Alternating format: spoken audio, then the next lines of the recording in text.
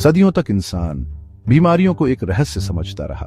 कोई कहता ये राक्षसों का काम है, कोई मानता ये ईश्वर का श्राप है, लेकिन असलियत कहीं और छिपी थी, इतनी छोटी कि हमारी आंखों से दिख भी नहीं सकती थी। यह थी जर्म्स यानी सूक्ष्म जीवों की दुनिया। यह कहानी है एक क्रांति की, जर्म थ्योरी की। यह सिर्फ एक वैज्ञानिक सिद्धांत नहीं, बल्कि वह आधारशिला है जिस पर आज की आधुनिक चिकित्सा और सार्वजनिक स्वास्थ्य व्यवस्था खड़ी है। प्राचीन सभ्यताओं में बीमारियों के कारणों को लेकर कई धारणाएं थीं। मिस्र, मेसोपोटामिया, भारत और चीन में लोग यह मानते थे कि बीमारी दैवी प्रकोप, पाप या बुरी आत्माओं की वजह से होती है। भारत में आयुर्वेद ने त्रिदोष सिद्धांत के माध्यम से शरीर में असंतुलन को बीमारी का कारण बताया। यूनान के हिप्पोक्रेट्स ने ह्यूमर थ्योरी दी, जिसमें शरीर के 4 रस खून, बलगम, पित्त और काला पित्त का संतुलन बिगड़ने को बीमारी का कारण माना गया। लेकिन इन सब में कहीं भी यह विचार नहीं था कि किसी सूक्ष्म जीव के कारण बीमारी फैलती है। मध्यकालीन यूरोप में मियास्मा थ्योरी बहुत प्रसिद्ध थी। इसके अनुसार गंदी हवा, बैड एयर, बीमारियों का कारण थी। प्लेग जैसी महामारियों को हवा में फैले झर के कारण माना गया। डॉक्टर नाक पर लंबे मास्क पहनते थे और उसमें सुगंधित जड़ी बूटियां भरते थे ताकि मियास्मा से बच सकें। लेकिन यह थ्योरी बीमारियों को रोकने में असफल रही। सन 1674 नीदरलैंड्स के एक साधारण लेकिन जिज्ञासु व्यक्ति एंटोन वैन लीवेनहोक ने सूक्ष्मदर्शी माइक्रोस्कोप का उपयोग करते हुए पहली बार जीवाणुओं को देखा। उन्होंने इन्हें एनिमलक्यूल्स यानी छोटे छोटे जानवर कहा। उन्होंने लिखा, I have seen animalcules in rain water, so tiny yet so abundant.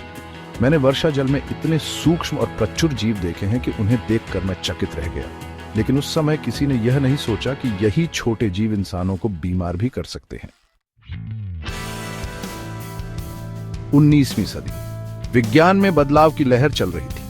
France का एक रसायन जहां लुई पाश्चर आगे आया। उन्होंने यह सिद्ध किया कि दूध या वाइन खराब होना भी सूक्ष्म जीवों की वजह से होता है, न कि हवा के कारण। उनका प्रसिद्ध प्रयोग स्वान नेक फ्लास्क वाला था।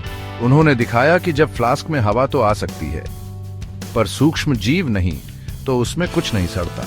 उन्होंने कहा, germs are in the air but the air itself is not bad. Germs हवा में होते हैं, लेकिन हवा स्वयं बुरी नहीं होती। यह एक क्रांतिकारी विचार था।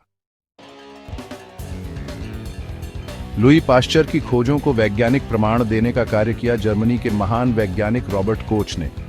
उन्होंने यह सिद्ध किया कि एक विशेष रोग का कारण एक विशेष जीवाणु होता है।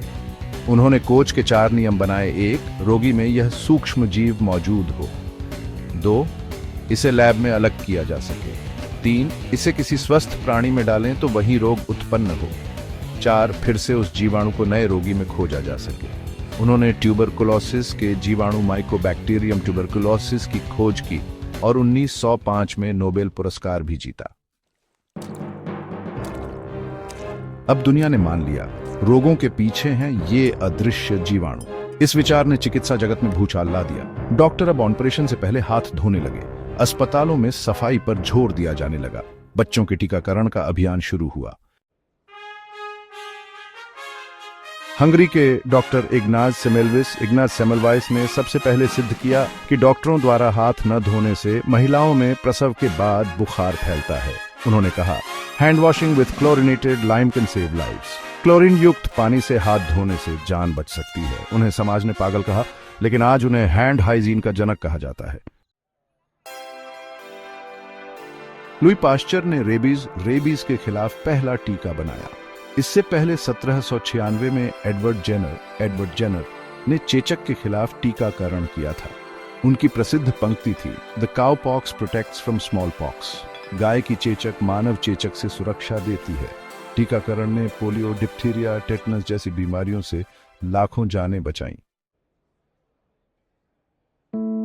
1928 में सर अलेक्जेंडर फ्लेमिंग ने पेनिसिलिन की खोज की। उन्होंने देखा कि एक फफूंदी ने आसपास के बैक्टीरिया को मार डाला।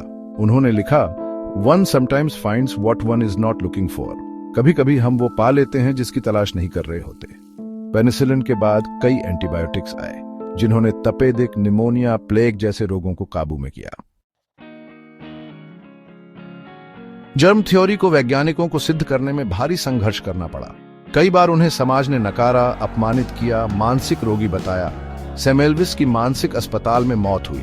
फ्लेमिंग की खोज पर पहले किसी ने ध्यान नहीं दिया। पाश्चर को चर्च और परंपरावादियों से विरोध झेलना पड़ा, लेकिन उनके प्रयासों ने दुनिया को नई दिशा दी। जर्म थ्योरी ने सिर्फ चिकित्सा नहीं, पूरी सभ्यता को बदला। शहरों में सीवेज सिस्टम बना, पीने के पानी का क्लोरीनीकरण हुआ, स्कूलों में हाइजीन पढ़ाई जाने लगी, शिशु मृत्यु दर घट गई, जीवन प्रत्याशा बढ़ी, स्वस्थ समाज अधिक शिक्षित, उत्पादक और खुशहाल बना। यही तो है सभ्यता की असली परिभाषा। भारत चरक और सुश्रुत ने शुचिता पर जोर दिया। यह भी जर्म थ्योरी से मेल खाती है। चीन हर्बल मेडिसिन और एक्यूपंक्चर के साथ अब वैक्सीन को भी अपनाया गया। इस्लामी स्वर्ण युग इब्न सिना अविसेना ने 11वीं सदी में रोग के प्रसार पर विचार किया था। Europe Pasteur, Koch, Jenner, Fleming, Lister, ये नाम चिकित्सा की रीढ़ बन गए।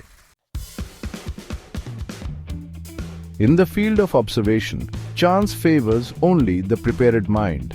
लुई पास्टर अवलोकन के क्षेत्र में केवल तैयार दिमाग को ही संयोग का लाभ मिलता है। Louis Pasteur, it is the microbes who will have the last word. Louis Pasteur, अंतिम शब्द सूक्ष्म जीवों का ही होगा। Louis Pasteur, prevention is better than cure. Edward Jenner, उपचार से बेहतर है रोकथाम। Edward Jenner. आज अगर हम साफ पानी पीते हैं, अस्पताल में बिना डर के जाते हैं, बच्चों को टीके लगवाते हैं, तो यह सब जर्म थ्योरी की देन है। इसने न केवल बीमारियों को समझने का तरीका बदला, बल्कि मानव सभ्यता को अधिक जिम्मेदार, वैज्ञानिक और विकसित बनाया।